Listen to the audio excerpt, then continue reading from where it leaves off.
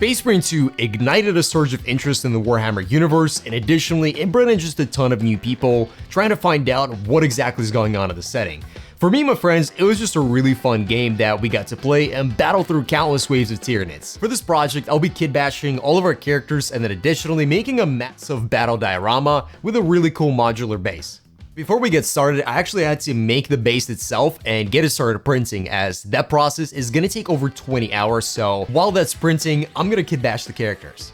Because I based my character on my miniature, not the other way around, he gets the diorama, while my friends will get the miniatures. Starting off with a salamander, who he picked simply because it's green. I got out the box of heavy intercessors, as it's the box that contains the heavy bolter. Even though bolters aren't the best weapons in this game, it's difficult to deny the fact that they're easily some of the most fun. I cleaned off the mold lines and attached the holster to his back, as heavies don't get a melee weapon. Instead, they get something which is much more overpowered, which is a personal shield from the Iron Halo. The most annoying things in this game tend to have a lot of ranged attacks, so having a literal personal shield is just really awesome. This halo broke off from the Sword Brethren, and I didn't think that would find a use for it, but luckily it's the perfect match for the one in game. Next up is the Raven Guard Vanguard. For this kitbash, I ended up using a very large amount of parts from just a variety of kits. This body felt like the closest representation for the one in game, so it was quite lucky that I had in my collection. Giving him the grappling hook, which is probably the most fun ability in this game, then following up by giving him this really awesome chainsword, which also complements the grappling hook even further. While I'm forced to walk everywhere, with that grappling hook, he can simply get close to the enemies and use that chainsword right away. Then simply mag-locking it to the back of his plate. There are several options for the helmets like the infiltrator ones, however it's safe to say that the Reavers have the coolest helmets. Now, even though my friend uses the melter rifle the most, it felt a bit ridiculous when I tried attaching it, so instead I just went for this bolt carbine and then gave him the scanner. It looked a lot more natural in the Reaver and just overall matched the in-game pose that you can achieve with the exact same weapons. Unfortunately, I am lacking the scope, but we have to work with what we got. Now, almost right away, I did run into a bit of a problem. I actually printed this thing in the wrong size. Oh no. Oh. It's now a broken piece of plastic that I'm gonna have to reprint another one, which is gonna take another 18 hours.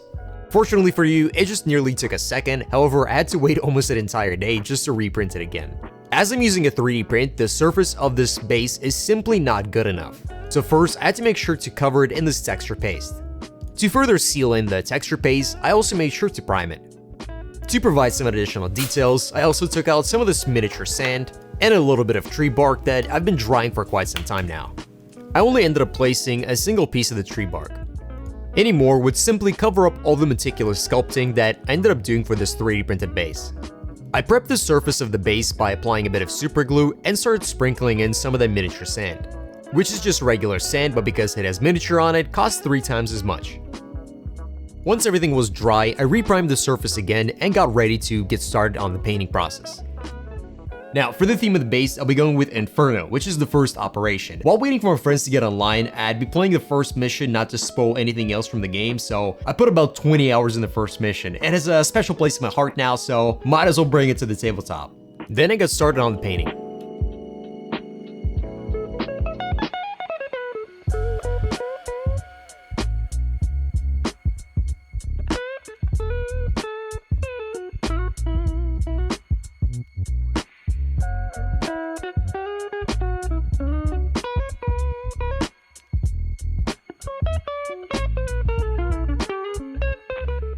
The original idea I had for this base was to use a bunch of different tufts that would match the theme of the base.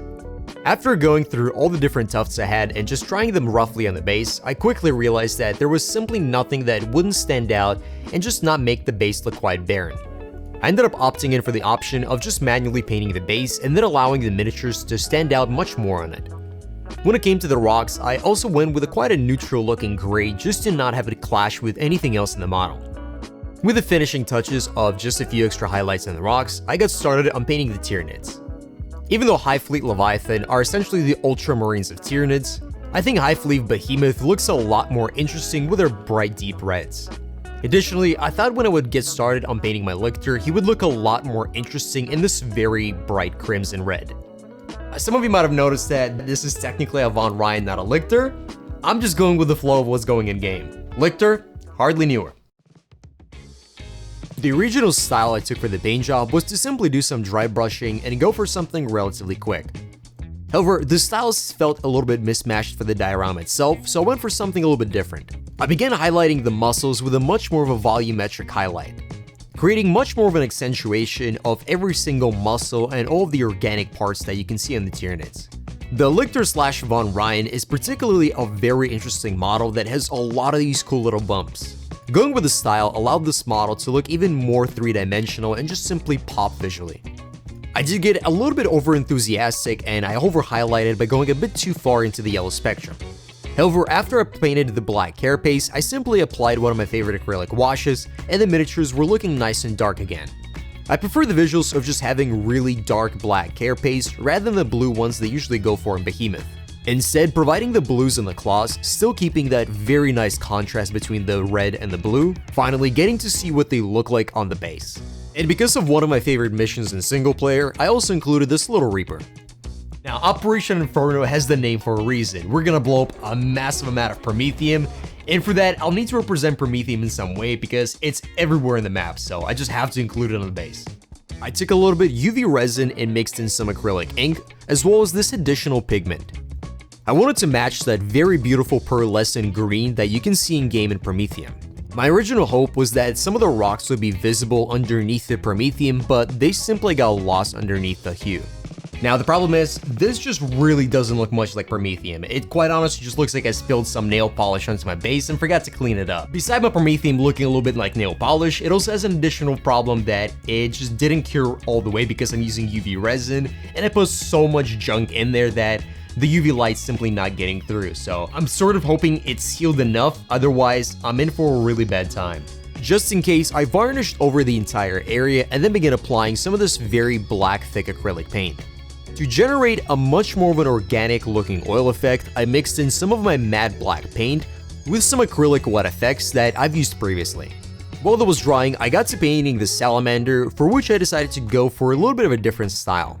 I really wanted this miniature to pop with just a very vibrant and bright green, but also have some of these very dark spots on the armor, creating almost an effect of a non-metallic metal. To accentuate some of the parts, going with just a tiny amount of edge highlighting. And he turned out pretty decent.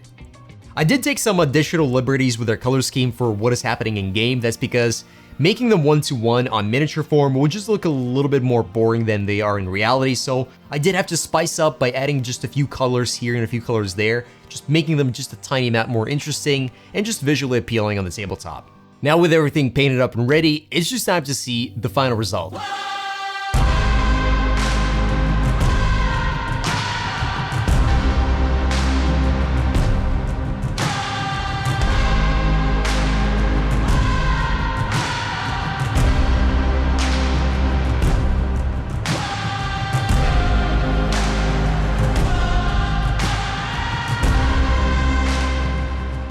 Now, some of you might be asking, why didn't I actually include any of the spaces for the additional characters on the base? And it's simply because I'm actually going to be sending these away, so there's no point in having extra spaces that are going to be empty afterwards, given the fact that these miniatures are getting shipped away. Thank you for watching. I hope you enjoyed the video. Consider dropping a like, maybe watching one of these other videos, and for now, I'll see you next time.